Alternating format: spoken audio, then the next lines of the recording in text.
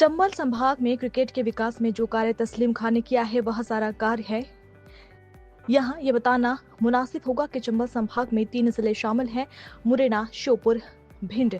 ये तीनों ही जिले अभी तक क्रिकेट के इतिहास में बहुत पीछे माने जाते थे, जहां क्रिकेट बहुत तेजी से आगे बढ़ सके। इसके लिए तस्लीम खान साहब के कारण चंबल संभाग में क्रिकेट ने एक इतिहास रचा है उनके प्रयासों से, जिसमें उनके ऊपर बड़े महाराज स्वर्गीय श्री माधवराव सिंधिया का आशीर्वाद रहा है। आज वर्तमान में ज्योतिरादित्य सिंधिया का भी आशीर्वाद उनके ऊपर है। वहीं मार्गदर्शन के रूप में वरिष्ठ IAS प्रशांत मेहता का मार्गदर्शन उन्हें निरंतर मिलता रहा है। चंबल डिवीजन क्रिकेट एसोसिएशन के सचिव तस्लीम खान एक योग्य और अनुभवी व्यक्ति है। उन्होंने अपने करियर में कई महत्वपूर्ण कार्य किए हैं और क्रिकेट के क्षेत्र में उनका योगदान अतुलनीय है।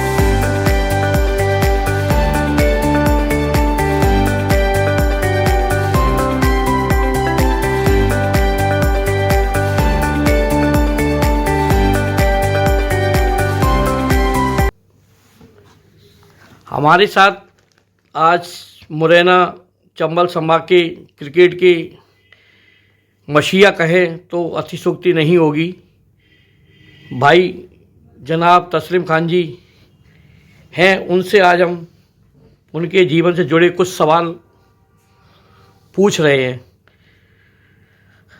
तस्लीम खान जी, आपके क्रिकेट कैरियर की सबसे बड़ी उपलब्धि क्या है? सबसे बड़ी उपलब्धि हमारा चंबल डिवीज़न का बनना। आपके कैरियर में सबसे बड़ी चुनौती क्या रही? डिवीज़न बनाना ही। और चुनौतियाँ जब काम करते हैं तो बहुत सारी, हर पल पे आपको एक चुनौती का सामना करना पड़ता है। तो जब भी, चाहे वो ऑल इंडिया टूर्नामेंट्स कराना हो, चाहे एक कैंप लगाना हो, जो बहुत तादाद में मैंने कैंप भी यहाँ मुरैना में लगाए, जिनसे बहुत अच्छे अच्छे खिलाड़ी निकले। और टूर्नामेंट्स, ऑल इंडिया टूर्नामेंट्स कराना, लोकल टूर्नामेंट कराना। तो जब आप ये करते हैं और आपके पास साधन नहीं होते हैं और साधनों को जुटाते हैं, तो आपको हर पल एक चुनौती का सामना करना पड़ता है। आपके प्रेरणा स्रोत कौन थे और क्यों? इसमें तो कोई दो राय ही नहीं है कि मेरे जीवन में सबसे ज़्यादा असर कैलाशवासी महाराज माधवराव सिंधिया का रहा। जिसको कह सकते हैं कि मैं उनके लिए हमेशा ये मान के चलता हूँ कि देवता होते हैं तो शायद ऐसे होते हैं। तो मेरे जीवन पर उनका बहुत असर रहा। आपका पसंदीदा खिलाड़ी कौन है? पसंदीदा खिलाड़ी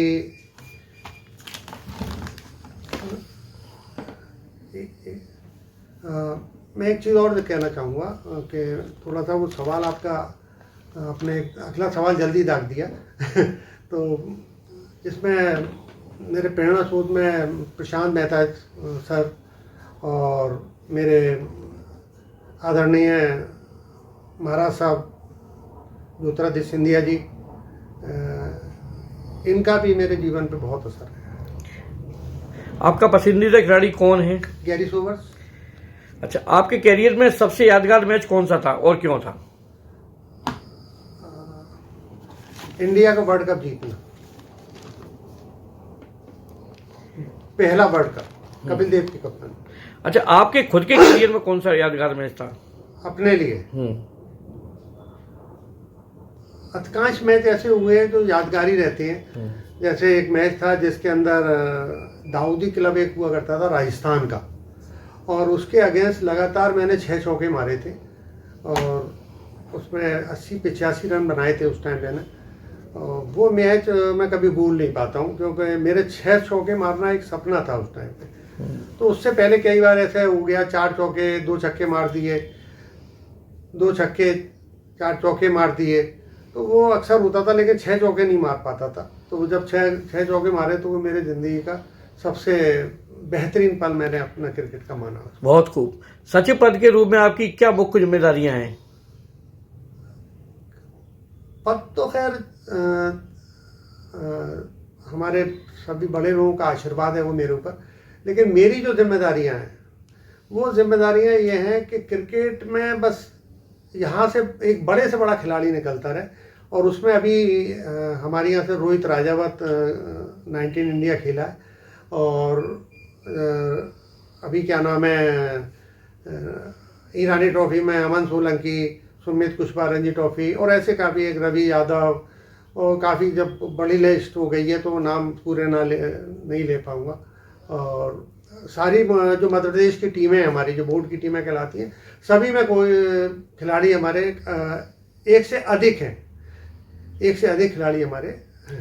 क्रिकेट के विकास के लिए आपके द्वारा किए गए कुछ महत्वपूर्ण कार्य बताएं। पूरी जिंदगी क्रिकेट में निकल गई है तो अब तो रोज बस क्रिकेट में जागना है, क्रिकेट में सोना है, तो सभी महत्वपूर्ण है और कुछ भी महत्वपूर्ण नहीं है। स्टेडियम में आयोजित होने वाले कार्यक्रमों और आयोजनों के बारे में कुछ बताएं। हमारे यहाँ बोर्ड के मैच भी यहाँ हो चुके हैं, अंडर 19 और क्या नाम है 16 के, और ईरानी ट्रॉफी का कैंप लगा, और उस कैंप के बाद जो टीम के कप्तान, कोच और उन्होंने जो चंबल के बारे में टिप्पणियाँ करी वो बड़ी यादगार हैं। उनका ये कहना था कि इतनी अच्छी फैसिलिटी हमें और कहीं नहीं मिलती है, ये ऑन रिकॉर्ड बोला था उन्होंने। आपके करियर में सबसे बड़ा सबक क्या है जिसे आपने सीखा है? निगेटिव नहीं होना।